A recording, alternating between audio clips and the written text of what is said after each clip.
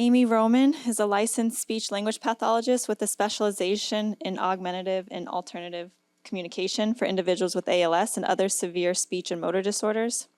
Since 2000, she has been a member of the interdisciplinary team at the Forbes Norris ALS Research and Treatment Center. Amy founded and directs the ALS Network's AAC Lending Library and Evaluation Center, which provides speech-generating devices and alternative access equipment, as well as critical services such as comprehensive AAC assessments, trainings, and system customizations. The center also offers mentoring and support to speech-language pathologists working in the field. We also have Marielle Pascal.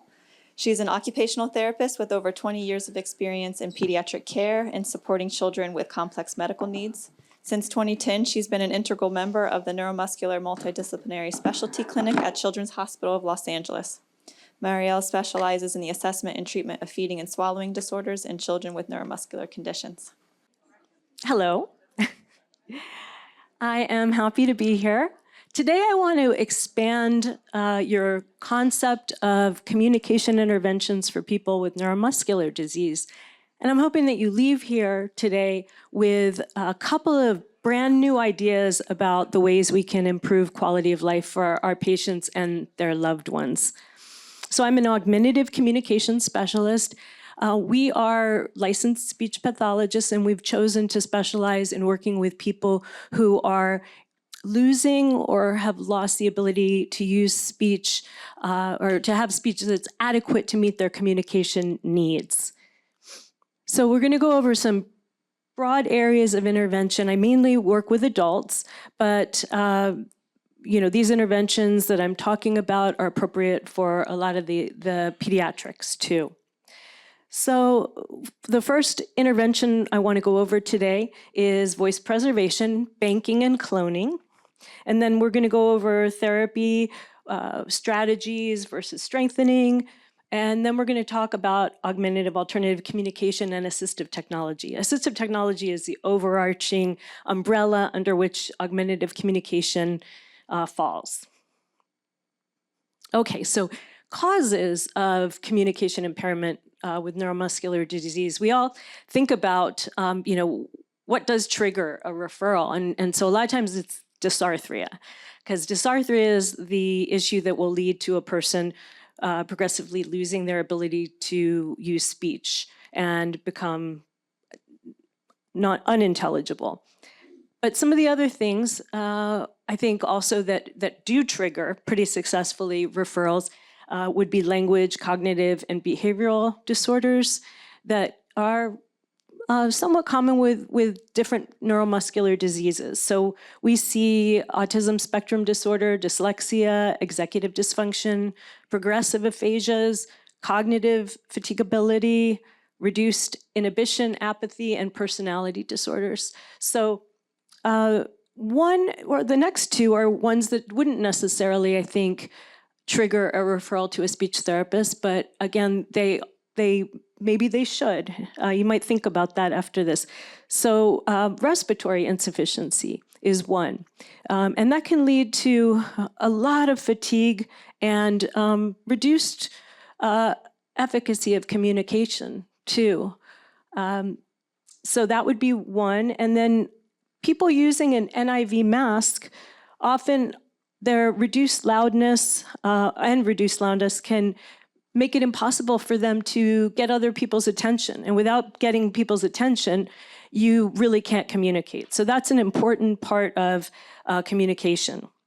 And we'll talk about that. And impaired hand use, so the inability to correspond. Correspondence is communication, even if insurance doesn't think so. So that includes being able to send text messages, emails, interact with social media, use the phone. These are all items that definitely, I think, fall under communication, and I do provide interventions, and we'll talk about those. And finally, when someone is using already an app for communication, maybe a text-to-speech app or a speech-generating device, and they perhaps were using it with their hands, and all of a sudden they are no longer able to use their hands to operate it, that's a communication impairment because now they can't communicate. So again, just some areas you might not necessarily think of as being, a trigger for, let's see if I can do this. Yeah, a trigger for a referral. So we're going to start with voice preservation because my hope is that that's where we start with our patients. Their journey should start with voice preservation if there's any chance that they could lose their ability to use speech to communicate, if they're ever possibly going to be using a communication device. So speech preservation enables patients with progressive dysarthria to preserve their own voice for future use on a speech-generating device rather than using a stock synthesized voice. And there are now three methods of speech preservation. The first one, message banking, is old school. We've been doing that forever. And that's just where you record phrases that the person anticipates they might use over and over again. And they would really like to have in their own voice, like, I love you, or so good to see you. The other one I always tell people to record is if they have a dog, be sure to record, what a good boy, just the way you say it, or, Buster, stop it, drop it, whatever you say to your dog, because they don't respond to the words necessarily, it's the way you say it. They know the rhythm. So the pros of that is it sounds exactly like you. It's a recording, so of course it sounds exactly like you, but it can't generate novel messages. You're stuck then with your own voice only for the messages you thought to record. And you'd be using a synthesized voice for the messages you didn't. And that's where voice banking came along. So we were using or are using voice banking, and that's where you gather a large sample of a person's speech. And that sample size has actually gotten pretty small. I'm used to saying large sample, but now we're down to about 50 sentences where we could use a sampling of 50 sentences that the patient records and create a synthesized voice with algorithms. I don't know how they do it, but they can do it. And it's a good replica of the person's voice. And I'm going to have you listen to my versions of each one of these in a second. So it's good. It doesn't have the rhythm of speech, intonation, pitch variations. So it doesn't sound natural.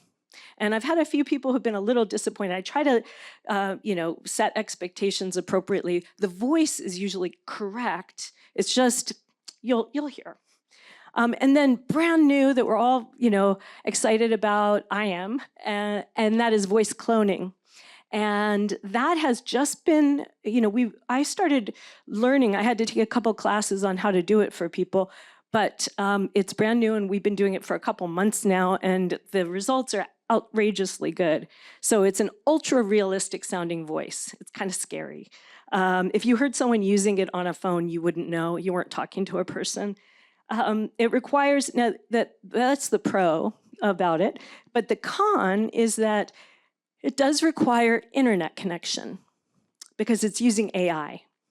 So at this point, it still requires internet connection. And sometimes there's a little delay too. There can be a delay of 1 to 3 seconds after they push that button that says, I love you. Some of the communication device manufacturers have come up with a fix for this where every time a person plays a message, it records it within the system. There's even an app that does this, which is so impressive to me. Records it within the system, so the next time they say that message, there's no delay, and they don't need to be connected to the internet. It will play the recording. And there's an app called Speech Assistant AAC that I love that is very simple, but it has all the right bells and whistles, so really love it. So let me play a little bit so you can kind of hear the differences in all these. So the first one I'm going to play is just a synthesized voice, and they're good. They're very intelligible. They're much better than what you think Stephen Hawking's, and they're good. Let's see, that's not a touch screen. Okay. My name is Amy Roman. I am a speech therapist. I work with people with ALS. I never understand when people say, how can you do that? Isn't it depressing? I say no, I love it. Okay, Now, voice banking, which is what we've been having people do for 20-some years now, and was the state of the art until about last year. My name is Amy Roman. I am a speech therapist. I work with people with ALS. I never understand when people say, "How can you do that? Isn't it depressing?" I say no, I love it. Okay, granted, I did that one with an app called the Voice Keeper. I did that with an app called Voice Keeper, and I only did 100 sentences, and you really should do more. So it wasn't a great banked voice. But ready, now we're gonna do the cloned voice. My name is Amy Roman. I am a speech therapist and I work with people who have ALS. I never quite understand when people ask me, how do I do it? Isn't it sad? I say no. I love it. Right? The pause. That's just crazy to me that it knows where to pause for emphasis and things like that. It's spooky, but it's there and it's great, and patients are loving it. So a couple considerations for referrals for this. There's a very short window of time when we can do some of these. Ideally, we're doing them before the person has any dysarthria. And I think, Connie, you said we can't bill for it. I find ways to bill for it because I kind of fold it into some other things that I do. So if the person has just even the slightest amount of dysarthria, I'll write down some other things we're doing, and those goals will allow us to bill for it. So I think we can do it. So far, no problem. And then, so the process is not that simple. So one thing for people to really understand is that if you just give someone a handout or you send them to a website, you tell them you can voice bank on this company called Acapella, just look it up, do voice banking, they won't do it. People for the longest time were saying, why is no one doing this? And it was because we weren't holding their hands through it. So what I think we've really realized is it takes a lot of help. The voice cloning, I took classes to figure out, and I've got cheat sheets everywhere around doing the voice cloning. It's not that hard, but there's so many little steps. So definitely someone needs to help with that. And one little tip too is that with the AI voice clone, one thing that I've been successful with is even if you've got you're working with someone whose speech is very dysarthric, I've been able to go back in their friends and family's phones, find deleted messages, and then I use an audio editor, and I string them all together until I get 10 minutes. You need 10 minutes to create a cloned voice, 10 minutes of speech. And it sounds great. It really works, just from deleted phone messages. So people will often say, I don't think I have enough, but they add up pretty quickly, especially with some of our more verbose patients. My mother we would have been great. Somebody talked a little bit about referring someone when you feel like it might trigger them with fear. And I definitely can see that because I go into rooms early on and introduce myself, and then I start talking to them about some proactive things we can do. Definitely, we want to minimize fear. And fear, we've never convinced anyone to do voice message banking and cloning with scare tactics. So if anything, that really causes avoidance. So the first thing I always say to people is, we don't know if you're ever going to, I have no idea if you're ever going to need to use this. And if you don't, you won't break my heart. I'll be super happy, that's great. But if you do, you'll be really glad you did it, and your family will be very glad. The benefits far outweigh the costs. For most of this, it's free. For people with ALS, it's 100% free because there's so many grants, and even the voice cloning is 100% free.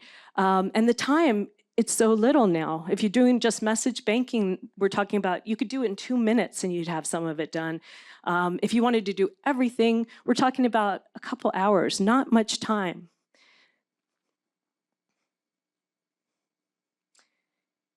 And then what I'd like to do now is also show you what's coming next, which is just mind-blowing in my opinion. This is sort of the next thing. And I'll explain why we're not quite there yet. But let me play this video. Hello, I'm Eimer Barrett, living with ALS, a progressive neurological disease gradually robbing me of my ability to move and speak. Yet, as you can see, ALS hasn't silenced my mind or determination to communicate. The voice you're hearing and the expressions you're seeing, that's all me, preserved and animated by AI. This isn't just mimicry. My hyper-realistic avatar by DID is an extension of me, maintaining my personality and mannerisms. My 11 Labs voice preserves my natural speech patterns, while an iRespond eye tracker lets me control a custom-designed keyboard. That is the power of the technology we're developing, aimed at helping 509 million people worldwide struggling with communication and mobility disability. Okay. So if you didn't catch it, that's an avatar. That avatar, it takes about 2 minutes of videotaping yourself to create an avatar like that. So that's not the problem. We already can do that. What the issue is right now is that speech-generating devices don't have displays to display an avatar because it's never been requested before. So that's kind of new, and they're probably going to have a modular attachment for doing that. But I have a funny feeling in the next 5 years we're going to see, our patients with these avatars. And I feel like it'll really make a difference because even knowing a patient before they get so impaired really helps me to have a better sense of who they are. When you see someone with flat affect communicating, using a communication device and they're just in their chair and they're flat, it's not the same as that would be. You'd have a much better sense of the person and they'd have a better sense of identity too. I think it's going to be a very positive thing for people. The next kind of intervention I want to talk about is strategies, counseling, and exercises. So although neuromuscular diseases are heterogeneous, we typically use a compensatory rather than restorative approach, which provides greater improvement in communication and participation outcomes. So some of the evidence supports some of these therapies, such as, and this is not all inclusive, but these are the things that evidence does support. Patient and caregiver strategies to improve comprehension and efficiency, energy conservation ideas, patient strategies for coping with, or partner strategies, I'm sorry, for coping with cognitive and language changes if present, education and support regarding care implications for behavioral changes, therapy to address speech, language, and cognitive delays in children with neuromuscular diseases, a program to improve range of movement for those with trismus or tight, jaw, which can lead to teeth grinding, cheek biting, all kinds of things like that. One thing I didn't mention here that I do want to talk about is there's also different bite guards. I've had a lot of success with NTIs, which are for migraines, and they prevent the teeth from touching. And that particular bite guard, you just clip onto the front teeth so you don't get as much saliva production. I really love that one. And then palatal lifts. So if someone's hypernasal, all the airs and the sounds coming through their nose, palatal lifts can be helpful. I've only recommended in the 25 years I've been at the clinic, I think I've recommended it maybe a handful of times. But when it works, it does work great for people if that's their main issue with their speech, is the hypernasality. So what I'm not typically recommending is exercise for strengthening oral motor or respiratory muscles once weakness has started to develop. And I'm talking, so someone else is going to talk about swallowing, but at least with speech, it really lacks evidence supporting any improvement in speech to do oral motor exercises or respiratory muscle exercises. It may cause some permanent damage with some muscular dystrophies. Exercise-induced fatigue may reduce functional use of muscles for speech during extended recovery times. And this one is probably the main reason I don't recommend this. So I would much rather have someone use speech and have their energy for speech. Really, I'm trying to conserve energy. I don't want them wearing out their muscles for non-functional things. Some people are saying that maybe, proactive approaches prior to the weakness to increase functional reserve. So you get the muscles strong before they start experiencing the weakness. Maybe that's a good idea. And it might be, but it really lacks supporting evidence. We don't have the evidence to show that that's a great idea. If you are doing that, we're going to be using submaximal exercises, and they may be adequate and safe. We just don't know. And I would argue that the muscles for speech and eating are usually don't experience disuse atrophy. And Dr. Mayer a little while ago was talking about possibly with some conditions, there might be some disuse atrophy with swallowing.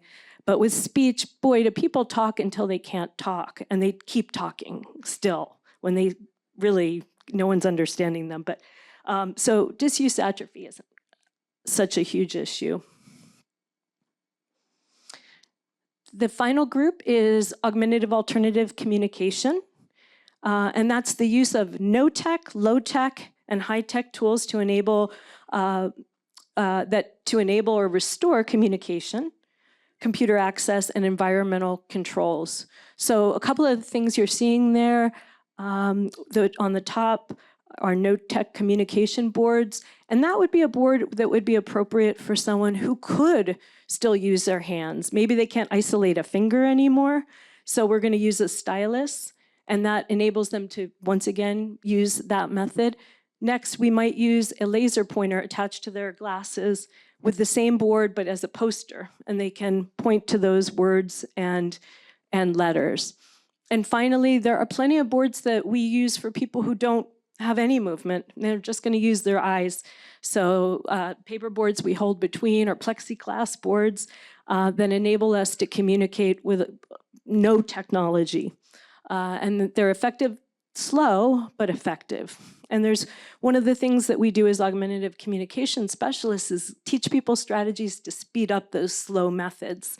The next bubble here is someone with a voice amplifier, which is just a real, those fly out of our lending library. The two things that fly out of our lending library the fastest are voice amplifiers and adapted call chimes. So amplifiers, pretty obvious how that would help our population. Adapted call chimes, adapted means that they don't need to activate a button in the traditional way. It could be activated with just the slightest movement. Some of them don't even need to be touched, just a proximity switch is used for someone with very minimal movement. And then finally, speech-generating devices and text-to-speech apps are super effective and helpful for our patients. And I find people really, get comfortable with these, and there's excellent usage of them. They really need a lot of training. You do need to train hands-on. You can't just deliver a speech-generating device and think when you're done with the assessment, you're done, because the training part is the most important. Okay, and I just mentioned all of these. I didn't really talk about the alternative access for speech-generating devices, but some of the common methods are, alternatives to mice. So you might have a head tracker. You could use a joystick maybe, or a trackball with your foot. Eye tracking is really effective. And then there's brain-computer interface, which works very well too. And I just had a meeting with some people yesterday and tried a new external brain-computer interface. And I was typing, it took me about 25 seconds to type out a whole message. And so that was pretty impressive to me for an external, not an internal brain-computer interface. And then finally, I just want to mention that successful AAC users use a multimodal communication system, but we all do now. This used to be bigger news like 20 years ago, but now we all know that you're texting, we've all got all these different social media and all these different ways to communicate. A couple of things on here that I think are interesting that definitely mouthing words. I find a lot of my patients who are on invasive ventilation will mouth words, and only a couple people often can read that. But we want to give, we want to really respect any method a person's using if it's working for, and some will work for some people and not work for others. But, so it's important to, if they're mouthing words, and that's great for the family, but when the staff comes in at the hospital, they can't understand the mouthed words. So we need to have, we need to think about the different partners, the different environments. A lot of times in the middle of the night, people would rather use a low-tech communication board than power up the speech generating device. So just a lot of considerations. We also want to make sure that we talk about how augmentative alternative communication might be appropriate for populations that you might not quite have expected. And I talked a little bit about this earlier, but one thing to remember too is that especially with a lot of neuromuscular diseases, the intelligibility ranges a lot during the day. So the person you're seeing in the office in the morning and you're understanding everything they're saying, that might not be the same voice that you'd be hearing at 4 o'clock in the afternoon. And I hear a lot of people tell me that by like a certain time they're done with speaking because they're exhausted. Or the family's like, yeah, in the evening I can't understand a word he says. So it's always important to delve a little deeper and ask, are there times when people are asking you to repeat yourself? Maybe when you're tired, when you're on the phone, so we can really figure out if they do need some intervention. People experiencing reduced breath support, which I talked about earlier, wearing NIV masks, and those who can no longer type or grip a pen. And I hate to say it, but I think I mentioned this a little bit earlier. Assistive technology for access to computers is not typically covered by insurance. It is in England. Some people, I know it's covered there, but it's not covered here, except by maybe the VA will take care of that and environmental controls. So we fold it into other things usually.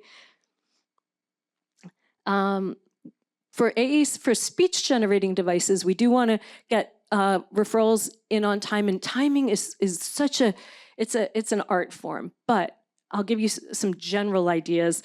It takes about 3 to 4 months to get a speech device after we have submitted all the paperwork for it, the report, everything's in, because who knows why? I don't know why it takes them 3 to 4 months to process these things, but it does, and that's reality.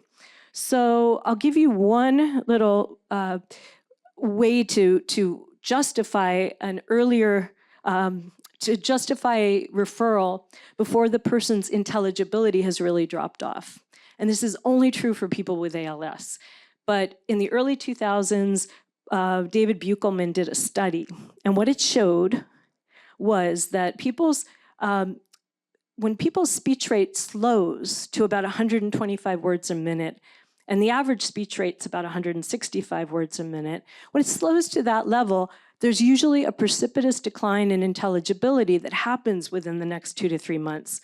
So in the beginning, I was throwing that into all my reports, and I was able to do speech-generating device evaluations for people while they were still very intelligible, 95% intelligible, above 100% intelligible. But again, where the art form comes in is you want to see how quickly they're progressing too. If they're progressing really slowly, maybe take your time a little bit. We don't want to jump in and get them equipment that's antiquated by the time they need to use it either. So it's, as many of you are nodding, I know you know it's an art form, the timing. I just thought I'd mention to people how to find AAC specialists, because I hear this a lot. There aren't a lot of us out there. And general practice speech therapists can do much of this too. Many of them are comfortable doing it, and then occasionally they're not. So AAC specialists you can find by the American Speech and Hearing Association has a ProFind, and you want to search by augmentative and alternative and augmentative communication, not AAC. If you put in AAC, you come up with nothing, plus your state. And then Northwestern Augmentative Communication Society has a providers directory. ALS associations, networks, whatever they're calling themselves now, they can often lead you to an AAC specialist, MDA also. Bridging Voice is a really wonderful thing, and that is a nonprofit. It's for people with ALS, but it will provide AAC evaluations for patients if no local AAC specialist can be located. So that's your backup. Bridging Voice. And I just threw out a couple references here to back up the things I said. Here's my contact information. Feel free to reach out to me if you have any questions or need help with anything. And I hope some of this information was helpful.